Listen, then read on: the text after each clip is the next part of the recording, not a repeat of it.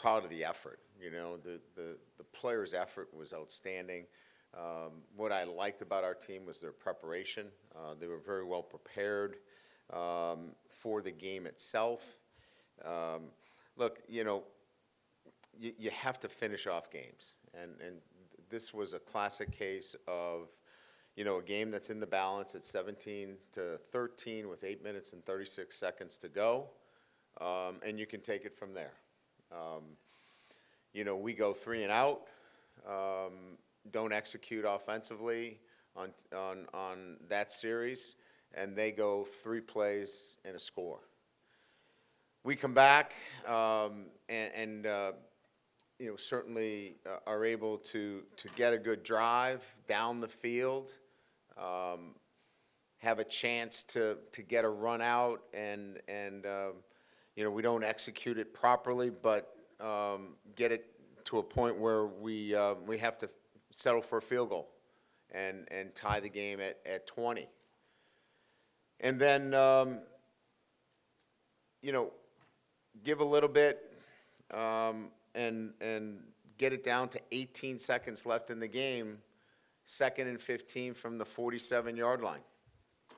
And, you know, we're in cover 2, and they hit a whole shot and make a big play, and then the subsequent targeting call that puts them in, you know, a great position, you know, where we're then left with, you know, do you let them score? Do you use your timeouts? I think in either situation, you know, we could have probably gone either way. We could have probably let them score or bowed up and used all of our 3 timeouts, and then they're kicking a field goal with no time left, and you know, we're looking to make a block there. So, you know, that's what we're left with. But again, I was proud of the effort individually. Nussmeier, 30 for 39, you know, 300 yards. I thought he did a nice job. Mason Taylor had some big catches. You know, Kyron Lacey obviously had the great first half. I already mentioned, you know, he needs to touch the ball in all 4 quarters. Aaron Anderson, I thought, had a breakout game. He played with a great deal of confidence. It was nice to see that. Nice to see John Emery get some really big runs, and he's only going to get better coming off that knee surgery.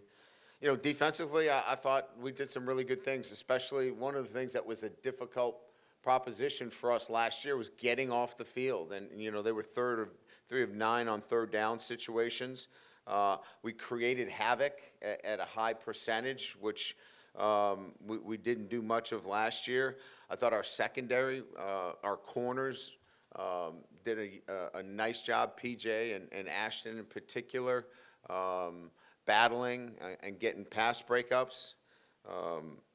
And Savion Jones, I thought, rushed the passer. He played with great effort and was disruptive. So, you know, a lot of good things. Ramos with the 2 big field goals, it was loud in there, and I thought he did a great job once again. Aaron Burrell as a true freshman coming in and having the touchbacks against a really talented return man.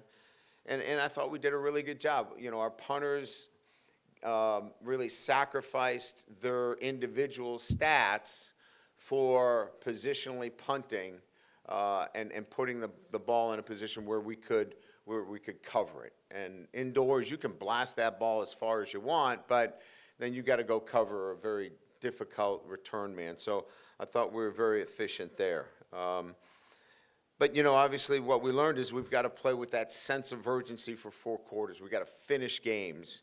And you know, we've got to execute at a higher level and be much more disciplined. So, you know, we've talked about it. We'll continue to grow in that area. And I'm excited to, you know, get the page turned and get our team playing to win. And we've got another opportunity, and we do that against Nichols State here in Tiger Stadium, 100th year of Tiger Stadium, and you know, we're certainly going to be excited about that. You know, we're very familiar with Nichols State. They're a team that wins.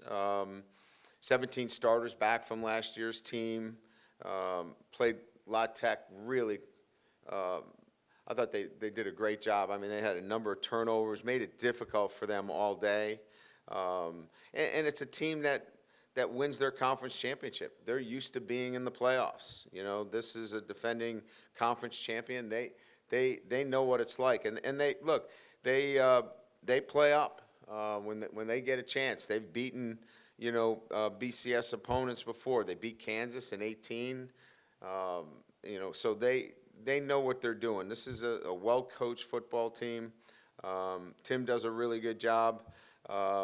This is a great opportunity for them, and so we'll have to be very well prepared, and I know our guys will be. And so we're excited about the opportunity to be home for our first game this year, and look forward to the challenge. So with that, we'll open it to questions.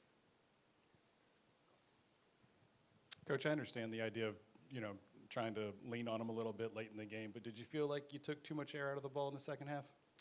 Yeah, I mean, I think we could look at,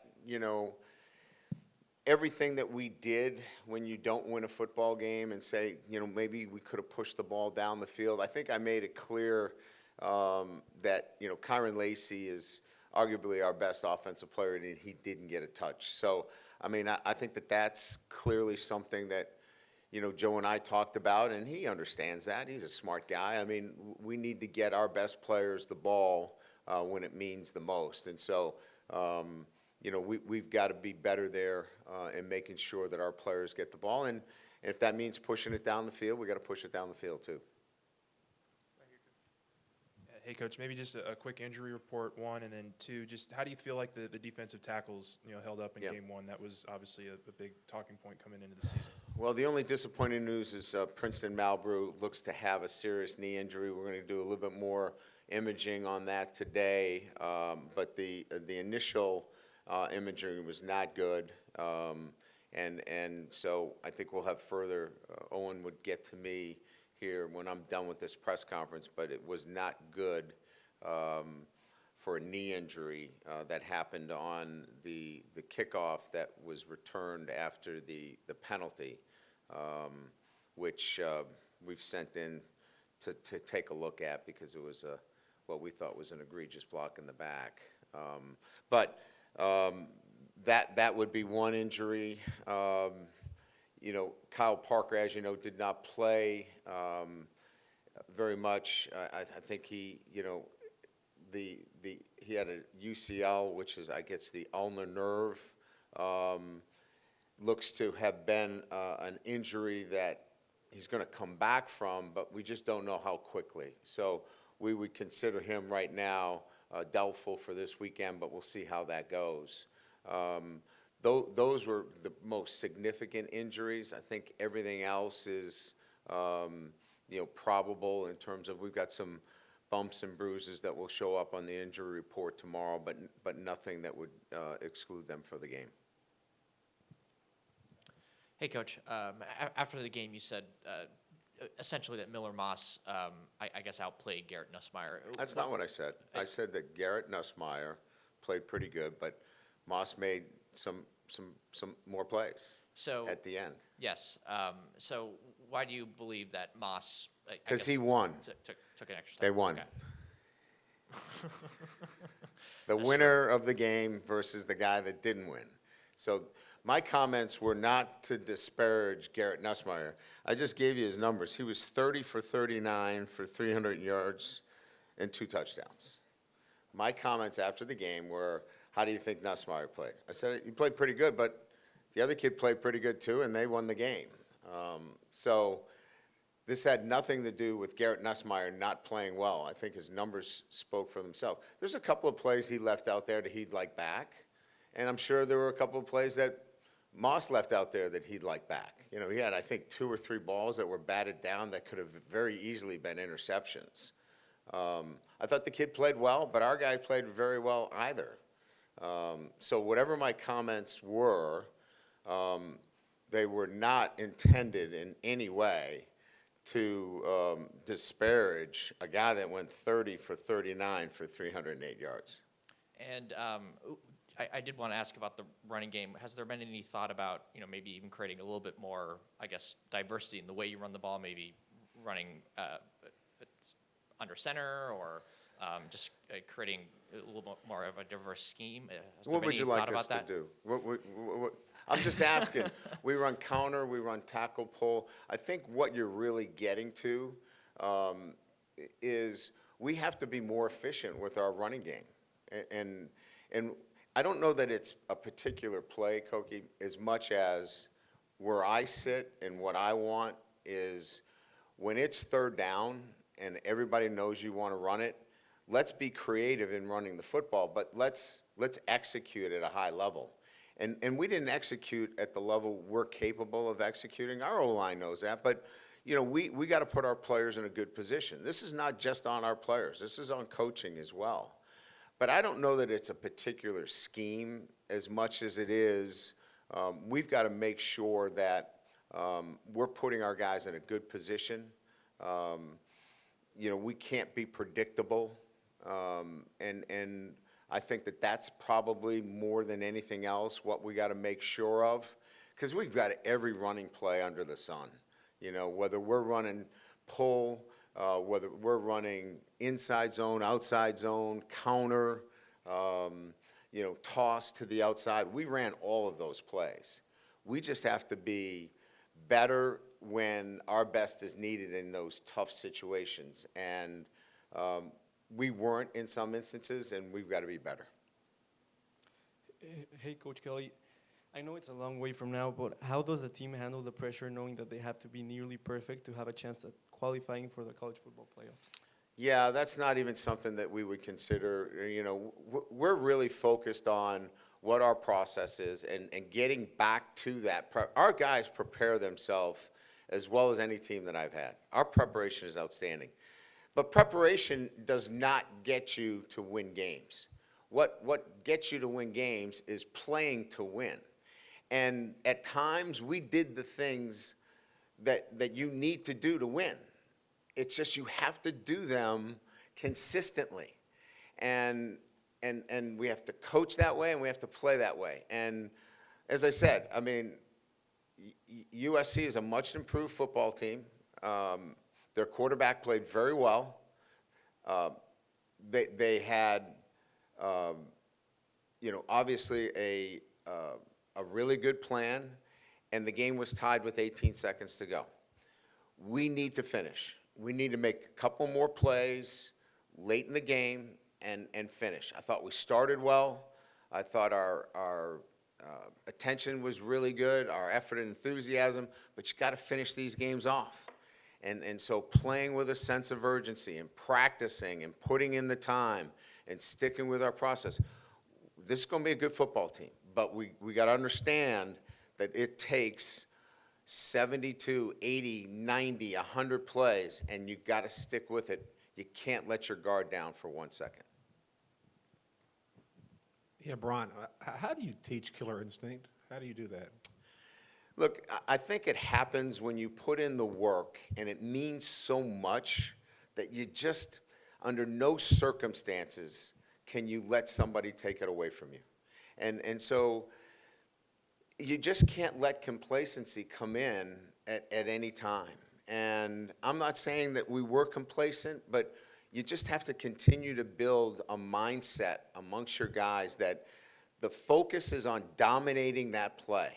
And we're still working on that every single day about dominating the play that's in front of us. And sometimes we get outside of that and we start thinking big picture and the game is over, or if we get one more stop, forget about one more stop. Think about this play right now. And, you know, we're still building that with our group. And it's kind of like the Kyron Layson penalty. Kyron's working on his emotional control. If you were here, that young man, I love him because he's working on that every day. That wasn't like malice. That wasn't like it. It's just, he is such a high, strong young man that's all he works on. He's in the locker room saying, I need to maintain my emotional control. I need to maintain it. He is working so hard on that. That's why I was so angry.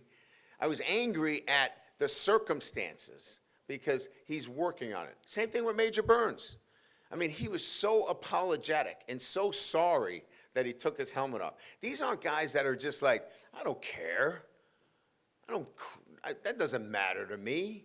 These guys are working so hard at it. That's why I want so much for them. You know, it just angers me that we're not getting that break where these kids are putting so much into it. I mean, we had the ball on the ground 5 times. I mean, like, really? It just was frustrating to me that these guys are working so hard, and we're going to get there, and we're going to break through, and you guys will see that. Coach, right over here to your left.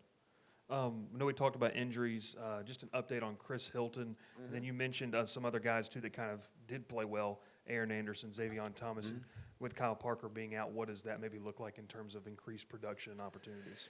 Yeah, and I was proud of you know, Zion. I thought he obviously gives us a new dimension in kickoff return. You know, he's, you know, picking his foot up a little bit more on the kickoff return, or we probably opened the game with a kickoff return for a touchdown. He's dangerous on punt return, which gets everybody's attention in the film room when we're watching, you know, punt return. Our gunners got to do a great job, and Vicer's got to do a great job. Anyway, I thought he did a good job as a receiver, made a big catch for us late in the game, ran great routes, but we've got to get another guy ready.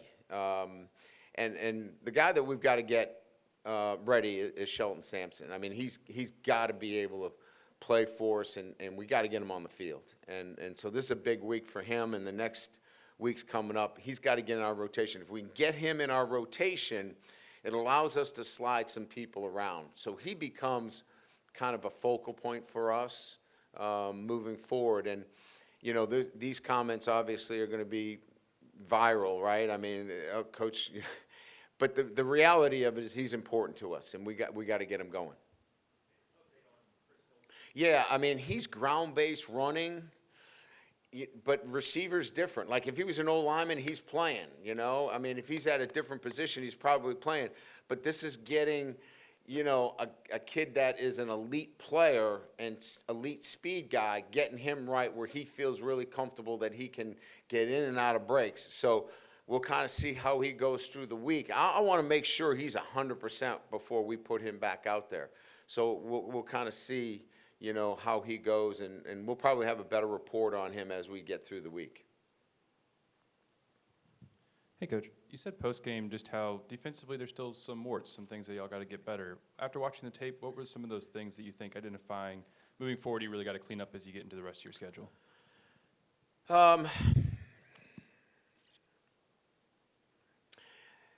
You know, I could talk about the things that I really liked. You know, first, you know, we got really good play from our defensive tackle position. Very consistent play.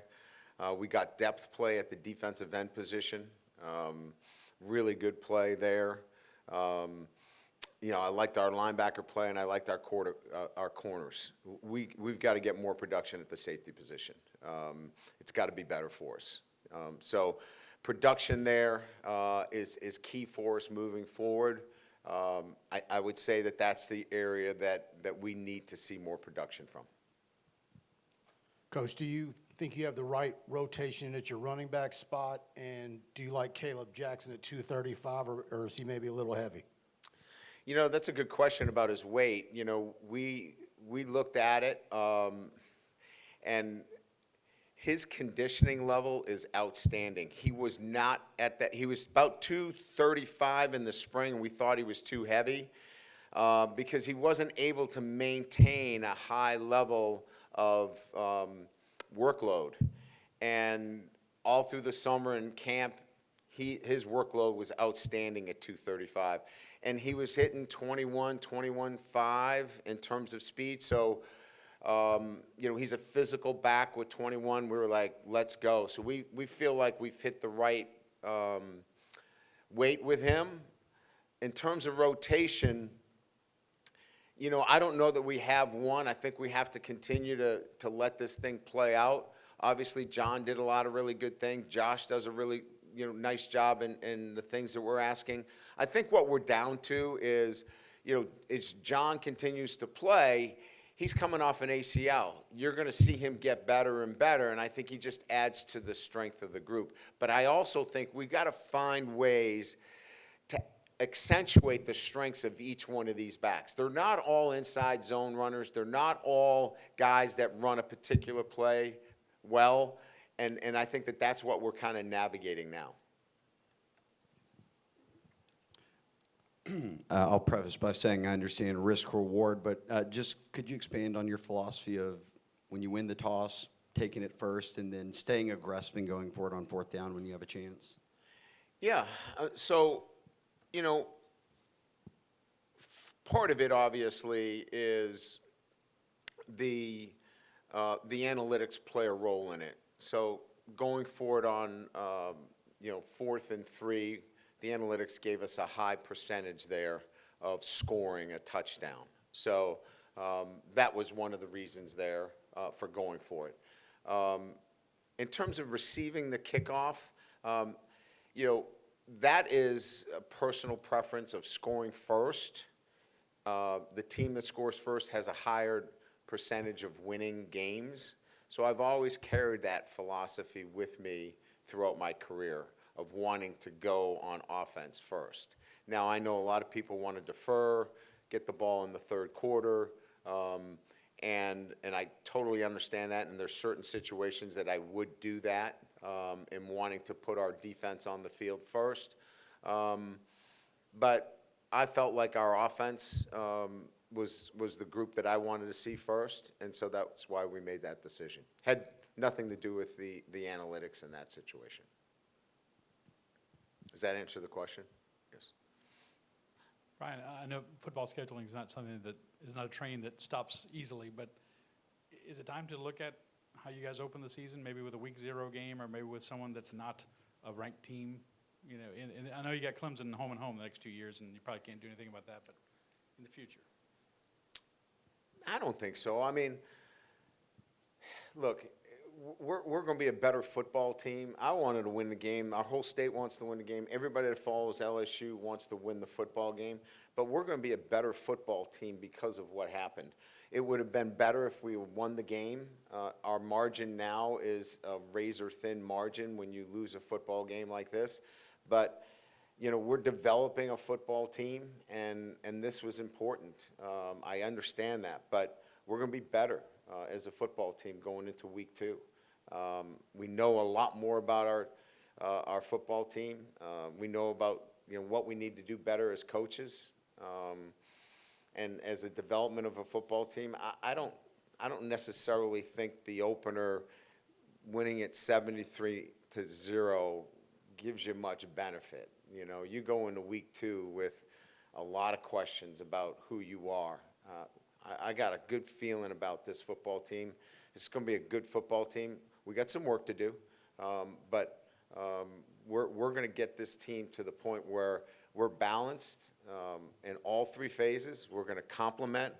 We did not complement very well, but when we complement each other offensively and defensively, it's going to be a good football team. Brian, how'd you think the offensive line did, and DJ in particular, with his first time with that group? I thought DJ played very well. I've really liked his communication.